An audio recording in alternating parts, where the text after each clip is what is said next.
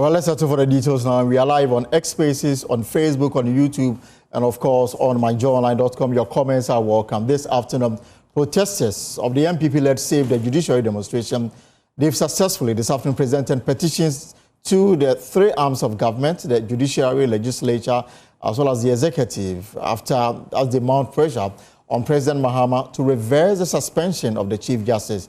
This came after hundreds of supporters from the various political parties led by the NPP took to the streets of Accra, demanding the reinstatement of the suspended Chief Justice, Gertrude Tokonom. The protesters argue that the process to remove the Chief Justice is politically motivated and that her suspension is unconstitutional. Now, Justice Tokonom is currently on indefinite suspension following a prima facie determination by the Council of State and the President. Now, after three separate petitions were submitted calling for a removal, we are going to understand what really went down this morning, and then ending in the afternoon. Joining me in the studio is my colleague, Michael Ashale, who was there for joining us. So, Michael, you're welcome. So, I understand some people slept at the venue before the demonstration started. Well, luckily for me, I slept at home, but I managed to wake up very early. And when I got there exactly at 5:19. And at that time, if you know the frontage of the Supreme Court area, right, the main pedestrian walkway was filled with people in funeral attire. Some of them had cloths on the ground and had slept. Some of them had put their shoulders on others and were dozing on because they had to travel far. So these are people who obviously had to get there before 5 a.m. Some of them from far away. Some people told me they come from all the way from Kumasi. So definitely was a long journey for them. They had to wake up more than early to get to the place and make sure they were part of this demonstration. So yes, definitely some people had to lose sleep and come and do it rather at the demonstration grounds. So walk us through the events of today. So it was almost an 8 hours demonstration, right from 5 a.m. all through to 1:30 when it was finally concluded. So this is the convergence point was a small parking lot just opposite the Supreme Court complex. So that was where they converged for almost 2 hours, and exactly at 8 a.m. the procession started. Then they moved to the first point, which was the judicial complex itself. So they did a U-turn around the traffic light and then came to the main gate. And mind you, at the time, 5 a.m. when I got there, these workers are going in and coming out of the Supreme Court complex, so the gates were wide open. But at the time that I got there, or at the time the crowd got there to submit their petition, these gates had been shut. And the only avenue was on one small gate that everybody had to squeeze through at the end of the day. It took us more than 45 minutes just to wrap up that particular event. So that was where the first arm of government received their petition. Even that I saw that the gate was closed, and then even getting them onto the main premises was quite a difficult. It was very difficult, and this is the NPP or everybody part of this process. You know, they had some political parties also as part of this, so almost everybody had to be represented, and some of these were far behind the line, and we had to wait, and then you had to squeeze through and then push people and step on some of these toes before you could get inside. It was difficult, especially for journalists. Some of them struggling to breathe, others unable to even get into the Supreme Court complex. But eventually they were able to meet representatives of the Supreme Court and then handed over their petition to the judiciary. From there, then they now had to tackle the next big problem that they had, which is submitting a petition to the legislature, which is Parliament. So to get to Parliament, they had to just come out of the Supreme Court, walk down after NLA, just enter. After the Supreme, there's a court complex around that place too. They come down, then enter the ministry's enclave before they circle around and come back to Parliament. Now, when they got to Parliament, unlike the Supreme Court area where it was almost, the coordination wasn't almost right, this time the person got there, they set the barricade up front. So only a few people within the protesters had opportunity to get inside of it. At this place, they got to meet the Clerk of Parliament and then the Communications Department of Parliament as well, and they submitted this petition to them. I haven't spoken about the content because the later the juicier. So when we get to the final, the Jubilee House. Yes. So that's how they wrapped up at the Parliament. It didn't take as long as it took for them to wrap it up at the Supreme Court. Then they did a quick march to Jubilee House, and this one they took the longer route to Jubilee House. You know, from that place, there's so many routes, shorter ones. The one through the EC. No, they went all the way down to the roundabout, around the banking enclave, then now walked straight to Jubilee House. That took more than almost an hour to try and complete. I remember at that time it was around 11. So when they got to Jubilee House, now that was where a lot of the drama, they took their time to walk, even though the police were trying to dictate their pace. Right. And then the fans or their protesters were in a jamboree, playing music, dancing. This is what exactly they came here for, and that's what exactly they wanted to enjoy at that point. So when they got to the Jubilee House, they had some representatives from the Jubilee House come. Stan Dogbe was leading that delegation. He came out to meet them, and then you have the hierarchy of the NPP and their allied groups. I think at this point, maybe we can listen to Afenyo-Markin make the point why he undertook this 8-hour journey. Afenyo-Markin, in presenting the petition to Stan Dogbe, gave a speech and effectively telling them why exactly they've done this, that they felt that although John Mahama may have won and beaten the NPP, they felt that there were some responsibilities that John Mahama still had old Ghanaians and therefore could not be breaking, especially by triggering the processes to remove Justice Tokyo. We can listen to Afenyo-Markin. He's the minority leader in Parliament. First, Honorable Deputy Chief of Staff, on behalf of demonstrators, let me say a big thank you for being present to receive our petition for and on behalf of the President. As you are well aware, there are some disturbing matters in the country regarding governance that we are not happy about. We believe that in a democracy, the way to do it is through a peaceful conduct like we have embarked upon and to register our protests.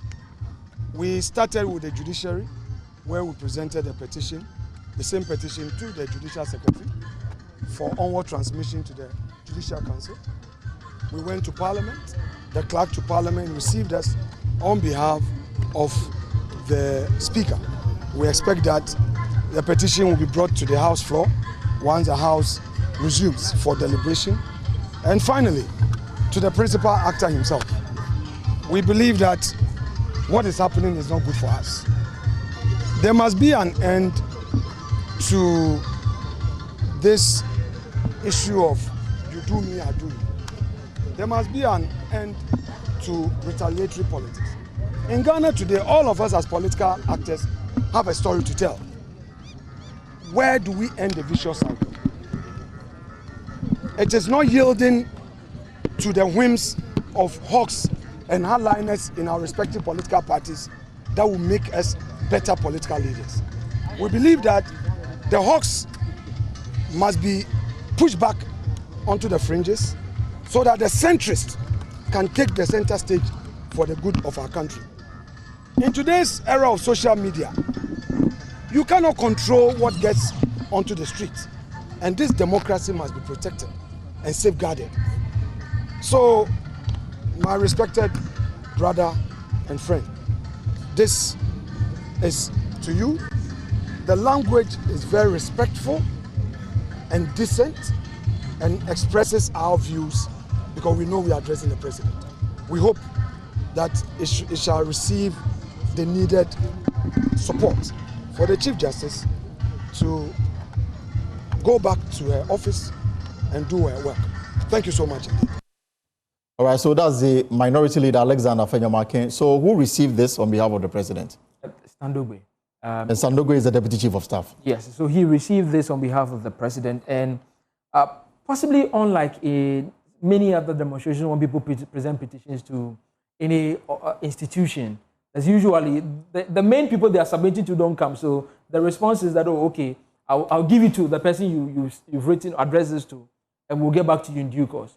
But Stan Dogbe had more words than possibly the NPP would prefer to hear at this moment. So we can listen to Stan Dogbe's response after receiving the petition from the minority.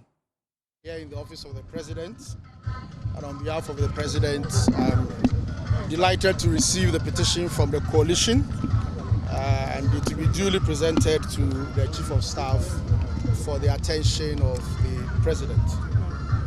Let me say that we are happy that your process started this morning and has ended very peacefully.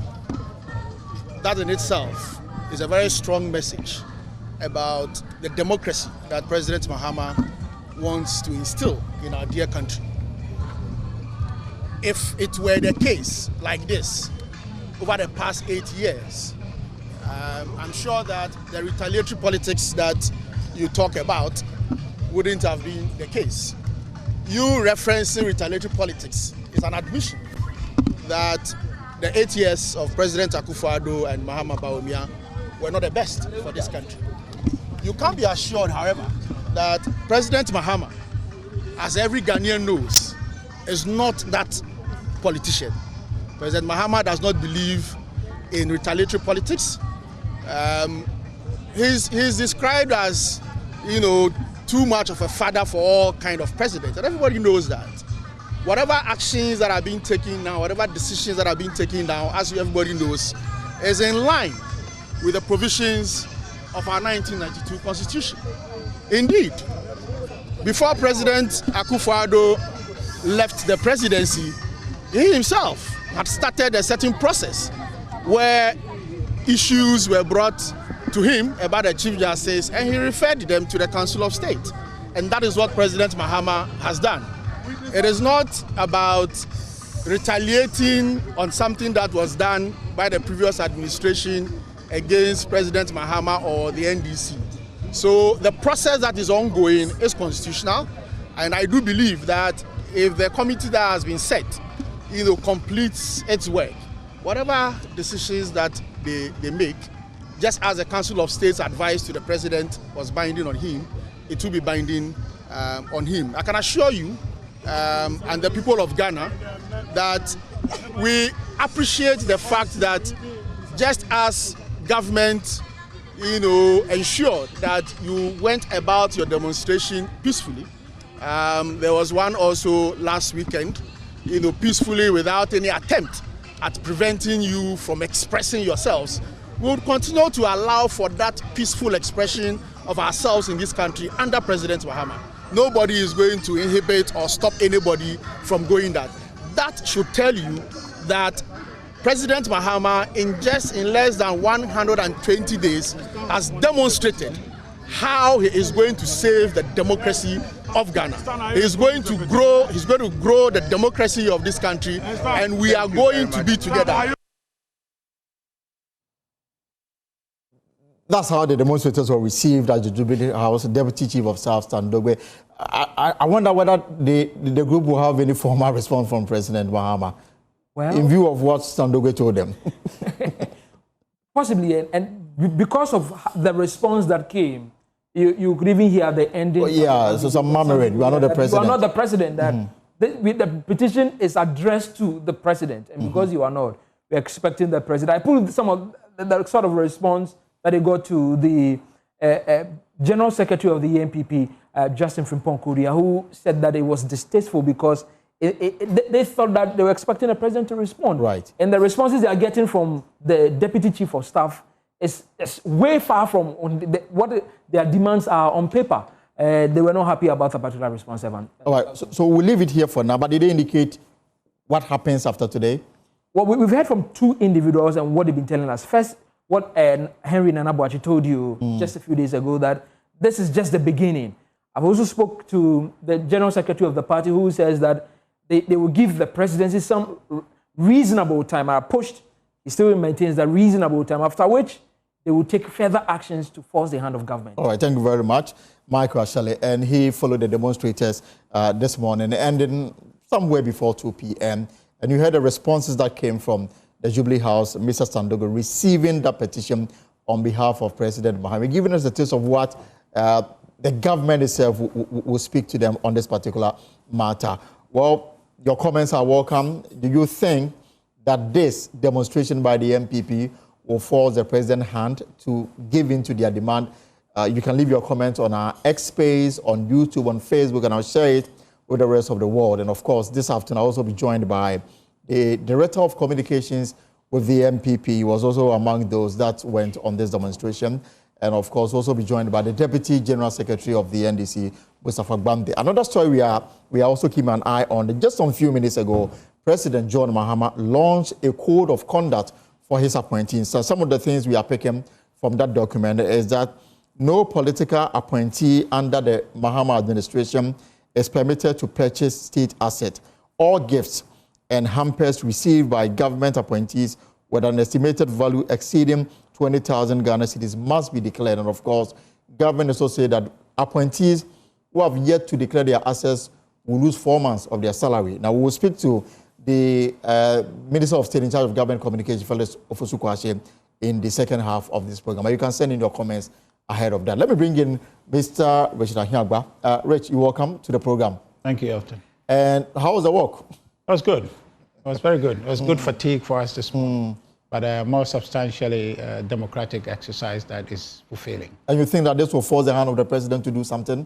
Well, it's a democracy and he ought to listen to the people. So if he doesn't, then I'm not sure how he understands the democracy. But I think that President Mahama, being who he is, will listen to the people because he is where he is because of the people. And so he must listen to the people. So what is happening, some have described it as constitutional, but to what extent will this endure our democratic dispensation as far as the NPP is concerned? Yeah, Elton, you are very seasoned, okay? So that question, don't ask it. This thing is politics. It's not legal. Those who are telling you, oh, he's not breached any law, that's the NDC talking. The whole agenda has been cooked. We want to remove her. The law is just giving effect to their politics. And so it's not a political thing. It's not a legal thing. It's a political thing. So the question does not arrive that he has not breached any law and whatnot. We must tighten the law to check the politics subsequently. But right now, the law is being abused because of its weakness. Their politics has found a loophole in the law and they are exercising it. And that, for me, is a threat to our democracy. Because, and the reason we went from the judiciary to legislature and to the executive was to make the point that these three branches are co-equal arms of government. Right. They have equal role to play, each validating the other, especially the judiciary being the guardian of rule of law. If you undermine that, then the whole democracy is unraveled. And so we must be in a place where we say no to any attempt whatsoever. It doesn't matter what the intentions are to touch the judiciary. That is a no-no. It's a taboo we must set in this country to say that you can't touch the judiciary. Because what it is that is our liberties that is gone. Okay? That is the dream of the framers of our constitution, to have a balanced government. That's what is gone if this succeeds. So it is not about the law. It's not about the constitution. It's not about any rule anywhere that they have breached or haven't breached. It is their politics that is inimical to the furtherance of democracy in our country. And that's what we are aiming at, to say that, President, stop it. Nothing will break in this country if Chief Justice Tokonu remains. If the judiciary remains as independent as the president inherited it, if he can't strengthen it, you should leave it alone. And you've singled out the president for acting like a dictator. Now, you are also taking on the Council of State. Now, what we have picked, though not official, but some government officials have spoken to it, including the CEO of the Gold Board, who is also the NDC's communications officer, to the extent that when this matter came before the Council of State for consideration, 30 out of the 31 membership decided that there is a case to be answered. And the reason why they recommended to the president to set up the committee and even made a recommendation that the Chief Justice should be suspended. The only person who abstained, according to Mr. Sami Jemfe, is the former CJ, Sophia Akufo. And she, before the Constitutional Review Committee hearing last week, makes the point that the process under which the current Chief Justice is being removed is unfair for our democratic process. Why make it look like the Council of State is in cahoot with the presidency to get rid of Madam Tokonu? Well, I mean, I don't want to speak about the Council of State. The president is who where I voted, you voted, and people selected him. Okay? He is the one accountable to us. He's the one leading the executive. Other operatives under him, part of the structure, they are not. Focusing on them will be missing the point. The president is who we must talk to. His allowance of this process to go on, knowing the impact it has on the independence of the judiciary, he should feel the chill of saying that we are unraveling the thing that gave him. I mean, what happened on the 7th of January? Was it the chief of staff that sworn the president in? Yeah. And so if we have a certain structure like that, and to come in a way as the president is coming to invalidate it. Look, we have a clear, reading of the room that suggests that they have a certain agenda. Just look at the politics. You've also brought in the fact that this could be the springboard. It's a springboard. To sort of allow the president to run a third term. You describe it as a springboard, I think is a springboard. This springboard has too much springs in it, that it is aiming to destroy our democracy. Look, the president received petitions to remove the EC by early January this year. He didn't act on that, right? Now he is proceeding afterwards when he's received a petition to remove the Chief Justice. He's acting on that with alacrity, with a view that once he removes the CJ, brings a more accommodating or pliant CJ, and I use that advisedly, he brings a pliant CJ, then he works with that CJ to remove the EC. And you have seen indication that he wants to pack the court. 7 at a go. Court of Appeal judges that he's pushing to go to the Supreme Court. All qualified anyway. All qualified. No, there's no question about their qualification. But the question is, there are so many people qualified. Out of the 7, there's more that is still qualified, but they are not part of the 7. But I'm just saying that it's unprecedented that any one time, any president has appointed that many people to go on the Supreme Court bench. And then the president himself, in his campaign communication, tells us that, if we have to abide by the recommendation for a constitutional review committee and so, if we have the increase to 15, then we're subject to a referendum and all of that he said nicely. But now, all of that is out of the window. Now he's appointing 7 people. When we succeed in confirming all these 7, Parliament succeed in confirming them, we'll have on the bench 20. The General Secretary of the NDC, my brother Fifi Kwete, said that we have enough justices on the bench to address the judicial issues of this country. So now the question is, why? Why? Because their politics aligns with that. And so we believe, and it's a reasonable deduction to make from the steps that they are taking, to say that by the time we get a new CJ, by the time they have their own EC, by the time they go and then there is backdoor, some operations to bring some petition or application before the Supreme Court to say that we want interpretation to Article 66(2) to determine whether what the Constitution says that you can run for 2 terms only, if that is to be a consecutive application or if there's a break, it applies. All right. And we believe that somehow the Constitution, the Supreme Court is a final authority in terms of what our Constitution intends to say. And so at that point, then there will be certain interpretation that supports. Let me bring in the president perhaps to go 3rd term. If the president, in our petition, we raise a question to the president. And that's why we need a response from the president, not the deputy. And the question is clear. Let me just say, the question is that there is reasonable suspicion in this country to suggest that the president wants to sponsor a certain constitutional interpretation or judicial interpretation to the Constitution to allow for him to run 3rd term. If that is not the case, the president must clear that doubt in the minds of Ghanaians. And that's part of our petition. And we hope that he will answer that so that all of us, if we appear unreasonable, if we appear excessively conspiratorial, then everybody can understand that the president spoke his word and said that's not his intention. So we can now follow the process and see if that materializes. Let me see if I can get a response to that question. And of course, Mustafa Gbande is a Deputy General Secretary of the NDC, also Deputy Director of Operations at the presidency. Mustafa, good to see you. Good afternoon. Welcome to the program. And if you can unmute for me, Mustafa, good afternoon and welcome to the program.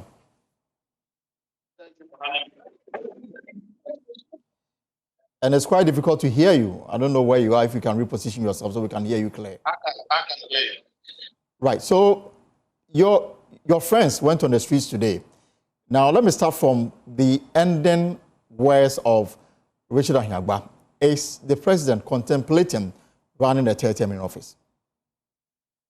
But I think we all know that presumption by my friend and his party is first of all frivolous. It is only to justify their mischief. and the reason why they are going on the demonstration. They've made I to believe that this demonstration was for the purposes of defending the judiciary. But today, they have changed the course, and the conversation is about President Mahama going for a third term. That is shallow. That is appropriate. But I am happy, and I am very happy that remarkably today, there's a government that has allowed the NPP to demonstrate without anybody attacking them. Their rights enshrined under the 1992 Constitution have been fully respected by the government, as my boss, the deputy from that puts it. That today they could demonstrate, even though I don't believe that their demonstration makes a lot of sense. We were even prepared to give them beds and breakfast as long as in as much as they didn't make sense. Nobody attacked them, nobody intimidated them. The police gave them the full protection they needed and required under the 1992 Constitution. But again, one thing that is remarkable in their demonstration today is that the minority leader, MP for a Kutu, Honorable Afenyo-Markin, assaulted a police officer. That will go down in history as the first time a person of his political structure and influence. So what we'll do, we can't hear you that clear. So we'll fix that and then hear you well. Mustafa Bande, we'll do the connection again, see if we can get a better line to you. But Richard. Mustafa, my friend, I was looking for him at the Jubilee House, but they didn't allow us anywhere close. But we managed to submit that petition. You know, this thing is talking about Honorable Afenyo-Markin having attacked. There's a video where he's seen pushing the police officer. Yes, it was chaotic. It was chaotic. We commend the police. DCOP duty. I commend him. He's done great work. We appreciate that. But it got to a certain point, you know, there's this tension when we want to let people in, people out, and all of that. This was around the Jubilee House area? No, this was around the Parliament. Right. Right. So it was a very tense space. Myself got caught into it, trying to create space. It was very tense. And then in that process, the leader was hit very badly, this way, right on his chest. And he actually was almost taken out of the march. I had to take him to the washroom and kind of just cool down. Alexander Afenyo-Markin. So it was, if you saw anything as though he's attacking anybody, it's a reflex, trying to defend himself. Okay. It wasn't anything that he intentionally... So he was rather hit by a police officer? He was hit by the police officer right on... I was standing right by him. He was hit this way on the chest. Because perhaps the police officer didn't know him, didn't identify him, and hit him on the face. So I had to tell him that this is the minority leader. And then he kind of cool off and then allow for him to enter. So my brother's propaganda won't wash. This is a massive demonstration. Their government, this government didn't expect it. We appreciate the idea that under our Constitution, Article 21, gives us the full right to be able to demonstrate, to assemble as we want. And it is not as though that the government is doing us favors. It is enshrined and must be exercised by Ghanaians, and we have exercised it. We commend the police for allowing the space. It's not as if the government can do anything about it, can constrain or deny us that right. That will not happen. So there is no glory to be taken by the government that, oh, it was peaceful, nobody allowed. No, the police must do their work, unless they are telling us they are controlling the police too, such that the police would listen to them and not do their work according to law. But otherwise, we comported ourselves. You know, we also have a burden under the Public Order Act to comport ourselves in a certain way. We gave them our full assurance. We met with them twice, gave them full assurance, and agreed, make concessions to ensure that the exercise of our right does not affect other people's rights. So we've got a video so that we put it in proper context. So I don't think this is the video Richard Anyagba is talking about, and the alleged attack on the police officer by the minority leader.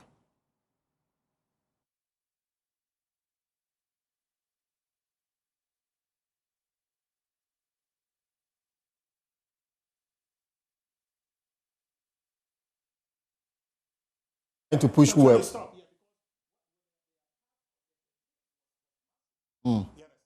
And you can see the jostling there, trying to get into into the place. So it wasn't as if he set out to attack anybody, because he was hit very terribly. So you say that this was an isolated matter? Completely isolated. It was a reflex. It was just like, why would you do that? So it really was, and then you can see how tense the place was. So he didn't, Afenyo-Markin didn't set out to attack anybody. He was peaceful. He's leading us and understands, that we must do this peacefully, and we're partnering with the police to do that. So most of us should take that out of his submission, and then understand that the right available to us to demonstrate is not by grace that they will allow us. It is grounded in the Constitution. And we'll exercise that today, exercise that tomorrow, until the presidents abide by the democratic principles that he swore an oath to uphold. Right. Mustafa, I'm trusting that we'll have a better connection to you today. You've heard your colleague, Richard, explain the circumstances surrounding this alleged attack. I don't know whether the explanation satisfies you. Let him tell that to the Marines. Number one, it doesn't lie in his right to determine whether or not it was a playful attack or it was not an attack. But I know, and I'm saying it today, that what is remarkable in their own demonstration is that Afenyo-Markin assaulted a police officer, and we can all see it.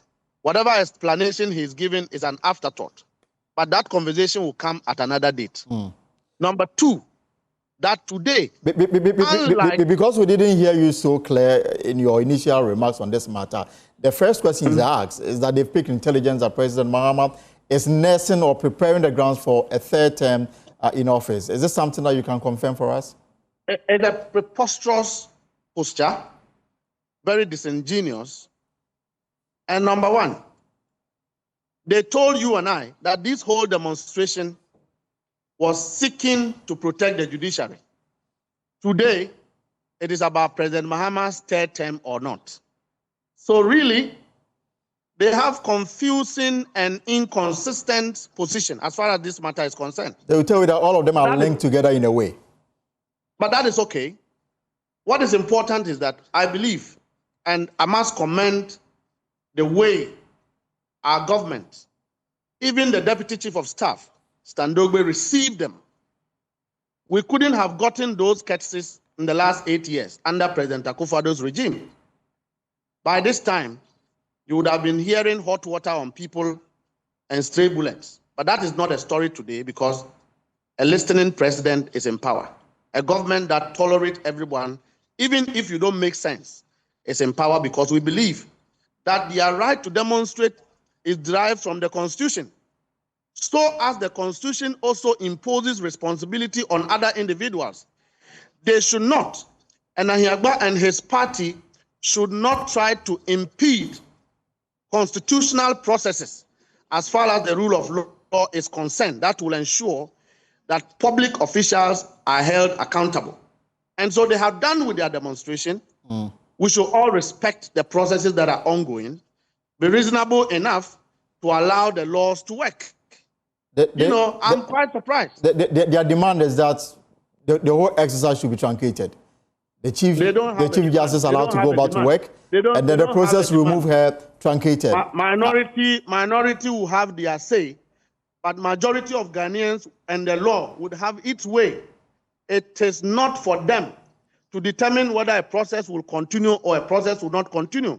Let us get to tomorrow, where Ghanaians will also want to demonstrate against President Mahama to ensure that he does not subvert the Constitution of Ghana, and then you will see. And so we are begging, let the laws be respected. Let the foundation of our democracy be respected. The NPP and its courts are not law. They express opinions. And when it comes to processes of the rule of law, they are institutions that the Constitution defined to take care of these things. They should allow the individuals to work. They are attacking Council of State.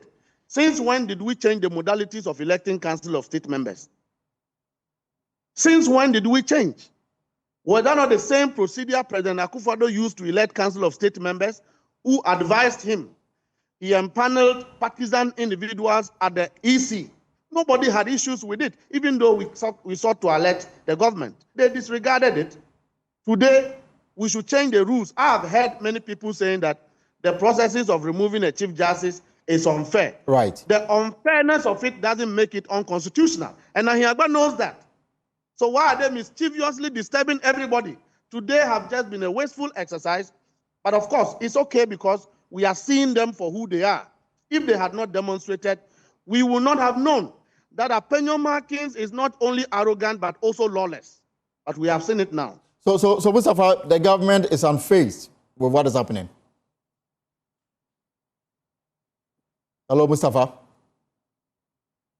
Yes. Yes, I was asking. Can you hear me now? Yeah, I was asking whether, I mean, they poured on the streets of Accra today, making certain demands, and I was saying that the government is unfazed. Well, I don't think that the president has a choice. The president cannot disrespect the Constitution. President Mahama doesn't have that right to disrespect and undermine the Constitution of the Republic of Ghana. The same Constitution allows people who have built syndicates, people who I refer to as political fraudsters, to assemble again and demonstrate. The same Constitution gives them that right. In the eyes of Ghanaians, the NPP doesn't have a voice. They don't have credibility. They don't matter. But we have tolerated them to demonstrate because they are Ghanaians. That same Constitution is the one that says if the Chief Justice has a problem, it should be taken through a certain process. That process will continue. The NPP can demonstrate, 30 days in a month. The processes will continue. If there are bases to take certain decisions, we, all of us as Ghanaians, will respect those decisions. This is not the Republic of Akufo-Addo and friends.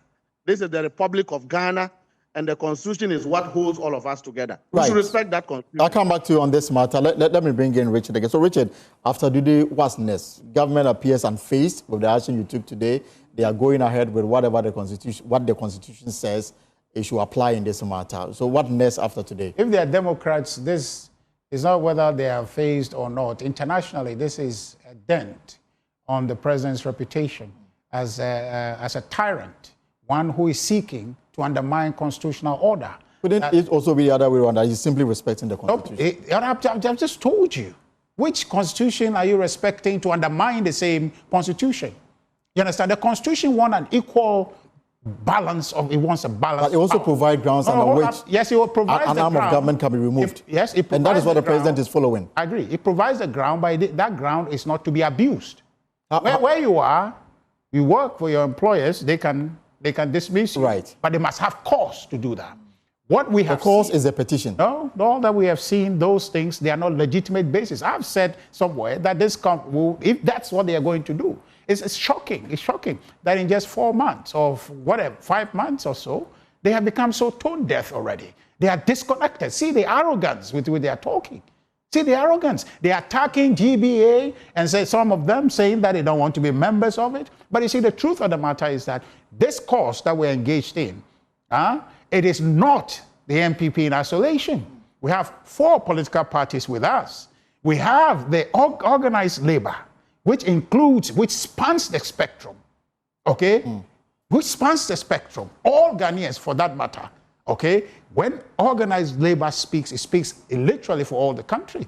Now, they are saying that they don't want to listen to organized labor, that organized labor is reducing the conversation to NPP. No, this is not NPP matter.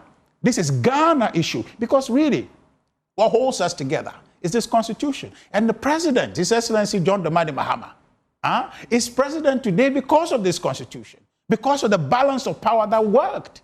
We must work to improve it. We must enhance it, not undermine it. What the president is doing is now he's sitting on a tree that he's been sponsored to climb.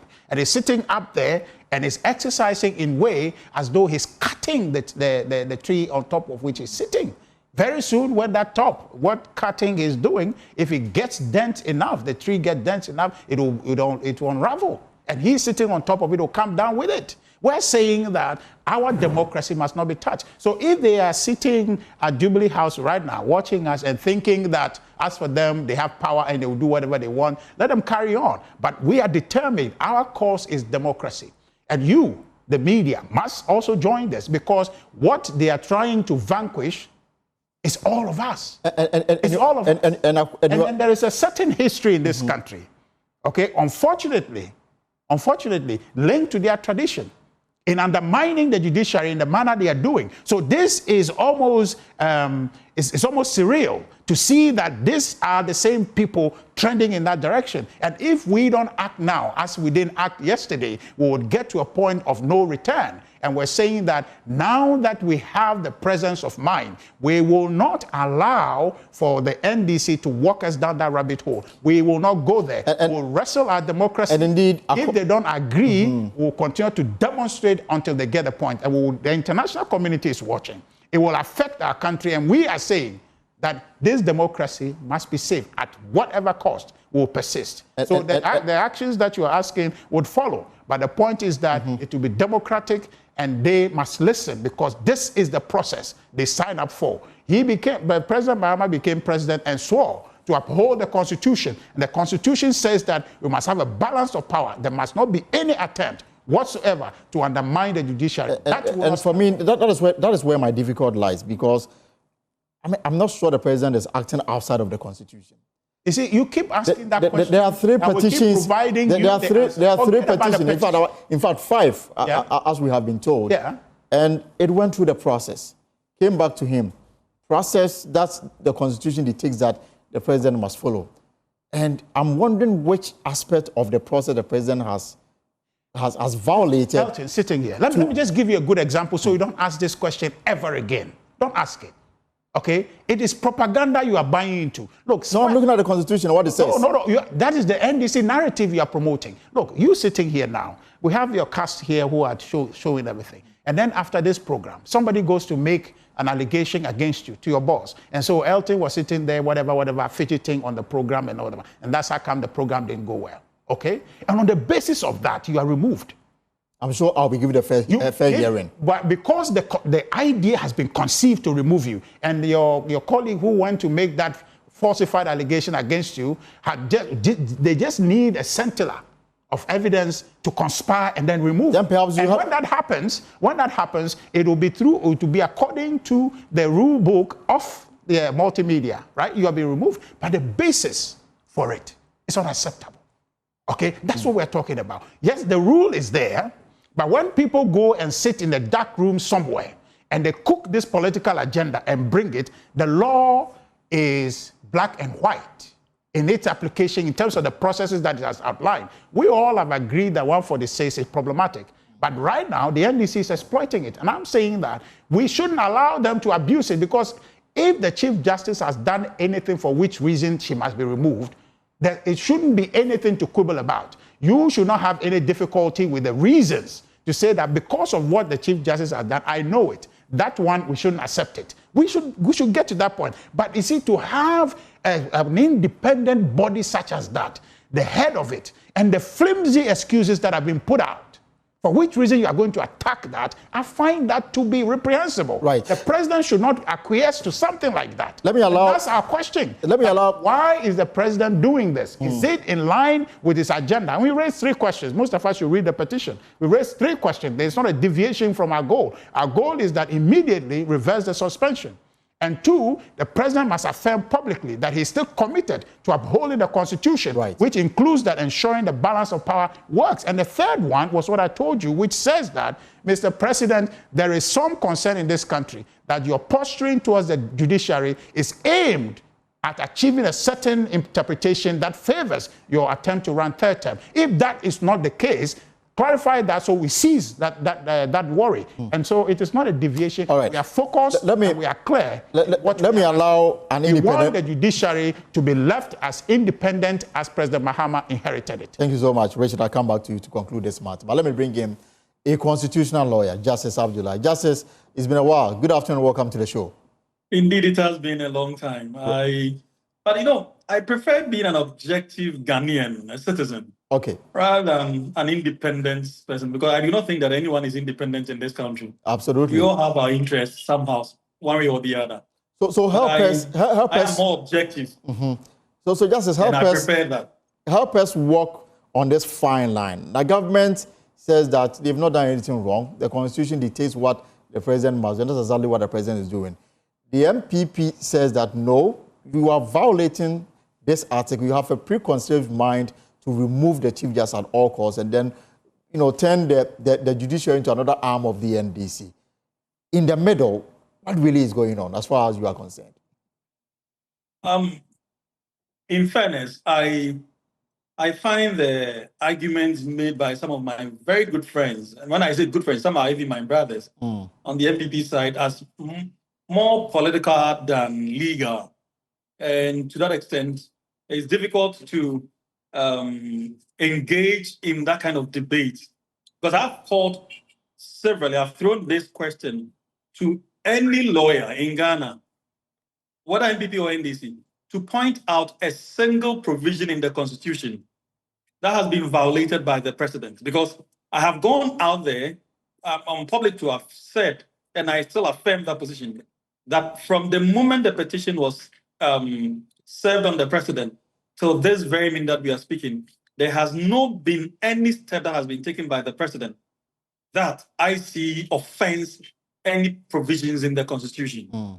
And so whoever, whether a body of association, group of persons, or whatever the institution or individual may be, I would like a single provision to be pointed out that sins against the conduct either by the president or the Council of State or the two of them combined in relation to the potential removal of the Chief Justice.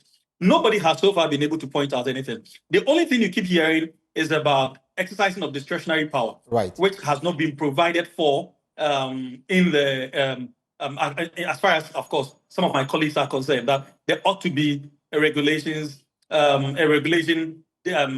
running that executive exercise of judicial power. And I have pointed at several judicial authorities which affirms that you cannot do that to the executive, because the executive exercises both political power and administrative power. So any attempt to gag or regulate the exercise of discretionary power will simply run the administration of this country to a halt. And that is not possible. I have said this severally. And then my second opinion to the same position is that really, assuming that that argument is even valid, the question is, does the absence of the regulation simply in itself make the conduct of the president or the Council of State invalid? The answer is an absolute no. The absence of it doesn't invalidate their conduct. And so if you are saying that something is invalid simply on the basis of an absence of regulation, then you are clearly not understanding what you're saying. You are not even appreciating the very point that you're making, because the absence is not occasioned by the conduct of the president or the Council of State. And so on the basis of those, you cannot say that the president has violated the Constitution. It is not possible to say that. What you may probably have to be fighting for is to ensure that all of us collectively push for an earlier provision to be made, either by way of an executive instrument or by way of a legislative instrument or any other instrument, or a substantive legislation that organizes the entire removal processes. But to say that because because of the absence of these regulations, necessarily the conduct of the president is unlawful, clearly means that you don't even understand what you're saying. You're just speaking English without any basis for it. So basically, you think that this is more moral than legal, as far as you know? So I am saying that you can't even talk about morality here, because the act being complained of ought to be sinful before you can even talk about morality. Sinful here in the sense of is being in breach of the Constitution. But if it's not in breach of the Constitution, then you can't even talk about morality in the sense of it. Neither can you talk about a breach of the Constitution simply on the basis of an absence of regulations. None affect the conduct either of the president or the Council of State. It doesn't exist. So it is simply see, this is the argument being made. It's simply somebody urging that sitting in studio without a camera is the breach of, let's say, the ethics of the journalist profession. It makes no sense. There's no logic in that kind of comment. And that is the kind of argument you hear. How does the absence make the president breach the Constitution? I mean, just think about this. So, maybe people have not thought about this argument, or at least maybe they have not thought about it from this angle. And so they are simply just repeating what they hear their superiors say, and then also churning out the same falsehood onto all of us. There must exist a particular conduct that is in breach. If that conduct doesn't exist, you cannot say the absence of a legislation is a breach of a conduct that is in line with the tenet of the Constitution. But clearly, you followed the communique that came from the Ghana Bar Association. And I did. Yes. And I condemned it as a baseless communique, particularly in respect of the part that is in relation to this issue. The communique has some other good parts, calling on the executive to fight galamsey and other things. And there, of course, issues involving the Boko conflict and all of those are very good ones. But the one in relation to the fight, to the removal processes, there is no legal basis provided for it. And I'm waiting for the suit that was threatened by the 47 of our colleagues. I'm waiting for that suit so we all can learn from whatever argument they bring up.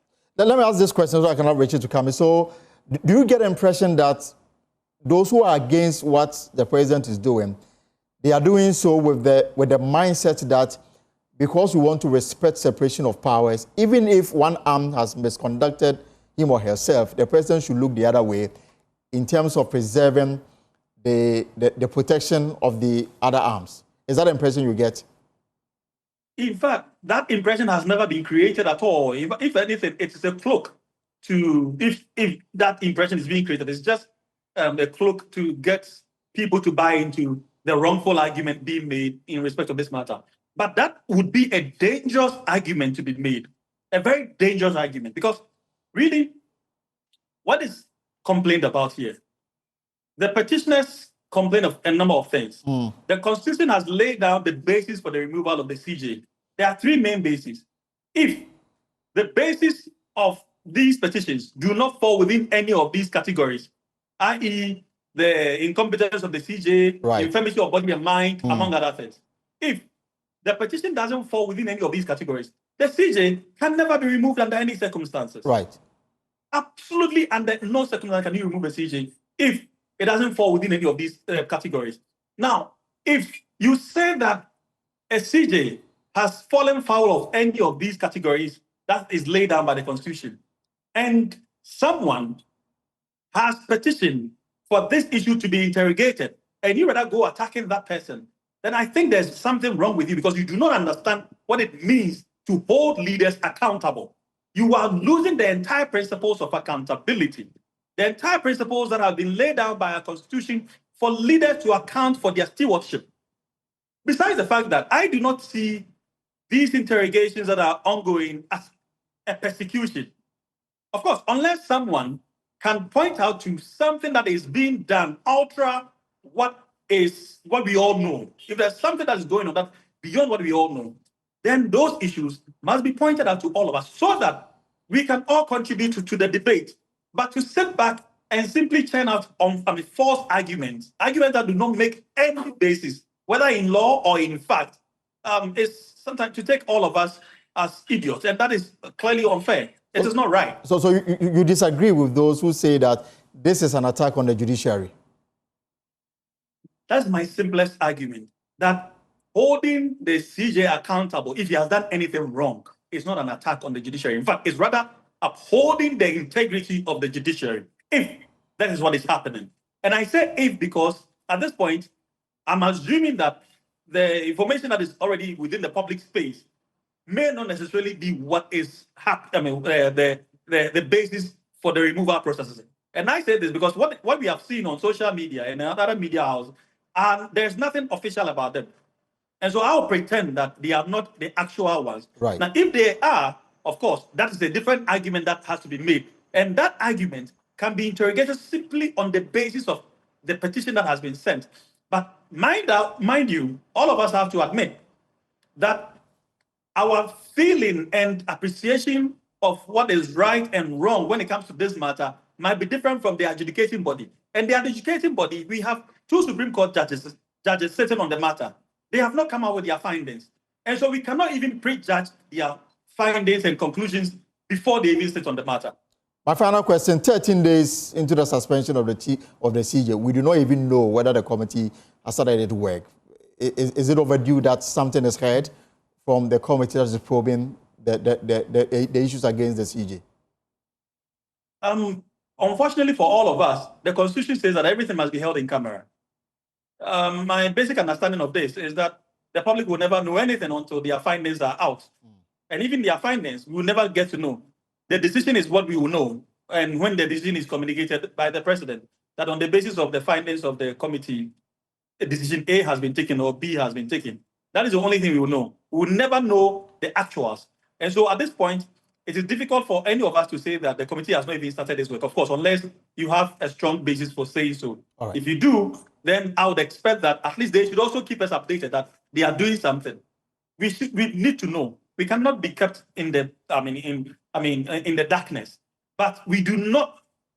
We are not even asking for knowing the internal activities and every single thing that is ongoing. What we are asking for is to know if they are sitting today, for instance, where they are sitting, what time they are sitting, just the basic information that does not go into the merit or the content of the issues. Right. But we need to know what is happening. Counsel, always a pleasure. Thank you very much for your time this afternoon.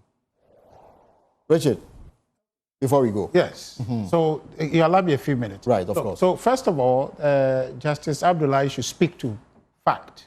He's talking to the GBA, which he's a member of, I hope so. He should talk and mention GBA. That they say the president's conduct is contrary to Article 296. That is capricious, is unfair, is excessive. Okay, it's mean-spirited.